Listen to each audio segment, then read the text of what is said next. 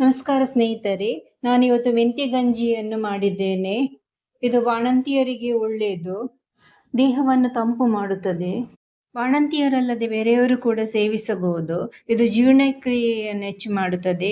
ಅಧಿಕ ಫೈಬರ್ ಅಂಶ ಕೂಡ ಇದೆ.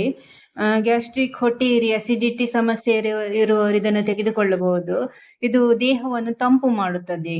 ಮತ್ತೆ ಮುಟ್ಟಿನ ಸಮಸ್ಯೆ ಇರುವವರಿಗೆ ಹೊಟ್ಟೆ ನೋವು ಕಮ್ಮಿ ಆಗುತ್ತದೆ. ಮಾಡುವ ವಿಧಾನವನ್ನು ನೋಡೋಣ. ಇಲ್ಲಿ ನಾನು 2 ಚಮಚದಷ್ಟು ಮೆಂತ್ಯ ಬೀಜವನ್ನು ತೆಗೆದುಕೊಂಡಿದ್ದೇನೆ, ಫೆನೋಗ್ರಿಕ್ ಸೀಡ್ಸ್. ಇದನ್ನು ಚಂದ ಮಾಡಿ ತೊಳೆದು ಒಂದು 8-10 ತಾಸು ನೆನೆ ಹಾಕಬೇಕು. ನೆನೆ ಹಾಕಿ ಆಗಿದೆ, ಒಂದು ಪಾತ್ರೆಗೆ ಇದು ನೆನೆ ಹಾಕಿದನ್ನು ಹಾಕ್ತಾ ಇದ್ದೇನೆ. ಇದು ನೆನೆ ಹಾಕಿದ ನಂತರ ತೊಳಿಲಿಕ್ಕಿಲ್ಲ, ಅದೇ ನೀರನ್ನು ಯೂಸ್ ಮಾಡುದು. ಈಗ ನಾನು ಅರ್ಧ ಗ್ಲಾಸ್ ಅಷ್ಟು ಅಕ್ಕಿ ತೆಗೆದುಕೊಂಡು, ನಾನಿಲ್ಲಿ ದೋಸೆ ಅಕ್ಕಿಯನ್ನು ತೆಗೆದುಕೊಂಡಿದ್ದೇನೆ. ಅದನ್ನು ಚಂದ ಮಾಡಿ ಕ್ಲೀನ್ ಮಾಡಿ ನೀರಲ್ಲಿ ಚಂದ ಮಾಡಿ ತೊಳಿಬೇಕು. ಆ ನಂತರ ಮೆಂತೆ ಬೀಜ ಹಾಕಿದ್ದ ಪಾತ್ರೆಗೆ ಅಕ್ಕಿಯನ್ನು ತೊಳೆದು ಹಾಕ್ತಾ ಇದ್ದೇವೆ. ಇದನ್ನು ನೆನೆ ಹಾಕಲಿಕ್ಕಿಲ್ಲ, ಹಾಗೆ ಡೈರೆಕ್ಟ್ ಯೂಸ್ ಮಾಡೋದು. ನಾವು ಅನ್ನ ಎಲ್ಲ ಮಾಡ್ತೇವಲ್ಲ ಅದೇ ರೀತಿ. ನೋಡಿ, ಈಗ ಅಕ್ಕಿಯನ್ನು ಸೇರಿಸ್ತಾ ಇದ್ದೇನೆ, ಮೆಂತೆ ಬೀಜದೊಟ್ಟಿಗೆ ಸೇರಿಸ್ತಾ ಇದ್ದೇನೆ. ಒಂದು ಅರ್ಧ ಗ್ಲಾಸ್ ಸಾಕು. ಈಗ ಅದಕ್ಕೆ 2 ಗ್ಲಾಸ್ನಷ್ಟು ನೀರನ್ನು ಸೇರಿಸಿ ಒಂದು 15 ನಿಮಿಷಗಳ ಕಾಲ ಕುದಿಯಲು ಬಿಡೋಣ. ಅದು ಅನ್ನ ಒಳ್ಳೆ ಬೇಯಬೇಕು. ಮುಚ್ಚಳ ಮುಚ್ಚಿ ಒಂದು 15 ನಿಮಿಷ ಕಾಲ ಬೇಯಲಿಕ್ಕೆ ಇಡೋಣ. ನೋಡಿ, 15 ನಿಮಿಷ ಆಗಿದೆ. ಅನ್ನ ಮತ್ತೆ ಅಕ್ಕಿ ಮತ್ತೆ ಮೆಂತ್ಯ ಚಂದ ಮಾಡಿ ಬೆಂದಿದೆ.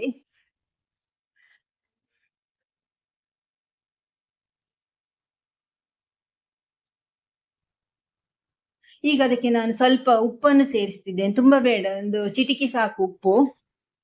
ಮತ್ತೆ ಅದಕ್ಕೆ ಬೆಲ್ಲವನ್ನು ಹಾಕ್ತಿದ್ದೆ. ನಿಮಗೆ ಎಷ್ಟು ರುಚಿ ಬೇಕು ಅಷ್ಟೇ ಬೆಲ್ಲವನ್ನು ಹಾಕಬಹುದು. ನಾನಿಲ್ಲಿ 1 ಕಪ್ಪಿನಷ್ಟು ಬೆಲ್ಲವನ್ನು ಸೇರಿಸಿದ್ದೇನೆ. ಈಗ ಕುದಿಯಲು ಬಿಡೋಣ ಒಂದು 5 ನಿಮಿಷಗಳ ಕಾಲ. ಬೆಲ್ಲ ಎಲ್ಲ ಕರಗಬೇಕು. ಬೆಲ್ಲ ಎಲ್ಲ ಕರಗಿದೆ ನೋಡಿ.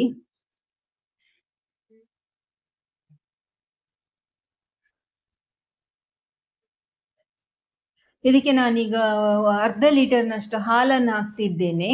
ನೀವು ಬೇಕಿದ್ರೆ ತೆಂಗಿನ ಹಾಲನ್ನು ಕೂಡ ಬಳಸಬಹುದು. ನಾನಿಲ್ಲಿ ಹಾಲನ್ನು ನಂದಿನಿ ಮಿಲ್ಕ್ ಅನ್ನು ಹಾಕ್ತಾ ಇದ್ದೇನೆ. ಹೆಚ್ಚಾಗಿ ಇದು ತೆಂಗಿನ ಹಾಲಿನಿಂದ ಮಾಡುದು. ನಾನಿಲ್ಲಿ ಡೈರಿ ಹಾಲು ಬಳಸಿ ಮಾಡ್ತಾ ಇದ್ದೇನೆ. ಈಗ ಮುಚ್ಚಳ ಮುಚ್ಚಿ ಒಂದು 5 ನಿಮಿಷಗಳ ಕಾಲ ಬೇಯಲು ಬಿಡೋಣ. ಈಗ ನೋಡಿ, ಕುದೀತಾ ಉಂಟು. ಈಗ ನಮ್ಮದು ಮೆಂತ್ಯ ಗಂಜಿ ತಯಾರಾಗಿದೆ. ಈಗ ಗ್ಯಾಸನ್ನು ಆಫ್ ಮಾಡಿ ಅರ್ಧ ಚಮಚದಷ್ಟು ಏಲಕ್ಕಿ ಪೌಡ್ರನ್ನು ಹಾಕಬೇಕು. ಕೆಲವೊಮ್ಮೆ ಏಲಕ್ಕಿ ಪೌಡ್ರ್ ಕುದಿಯುವಾಗ ಹಾಕಿದ್ರೆ ಹಾಲು ಒಡಿತದೆ. ಅದರಿಂದ ಗ್ಯಾಸನ್ನು ಆಫ್ ಮಾಡಿ ಏಲಕ್ಕಿ ಪೌಡ್ರನ್ನು ಹಾಕಬೇಕು.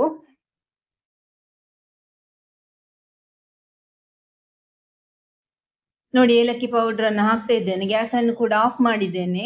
ಈಗ ನೋಡಿ, ತಯಾರಾಗಿದೆ ನಮ್ಮ ಬಾಣಂತಿ ಮದ್ದು ಮೆಂತ್ಯ ಗಂಜಿ. ಈ ವಿಡಿಯೋ ಇಷ್ಟವಾದಲ್ಲಿ ಲೈಕ್, ಶೇರ್, ಸಬ್ಸ್ಕ್ರೈಬ್ ಮಾಡಿ.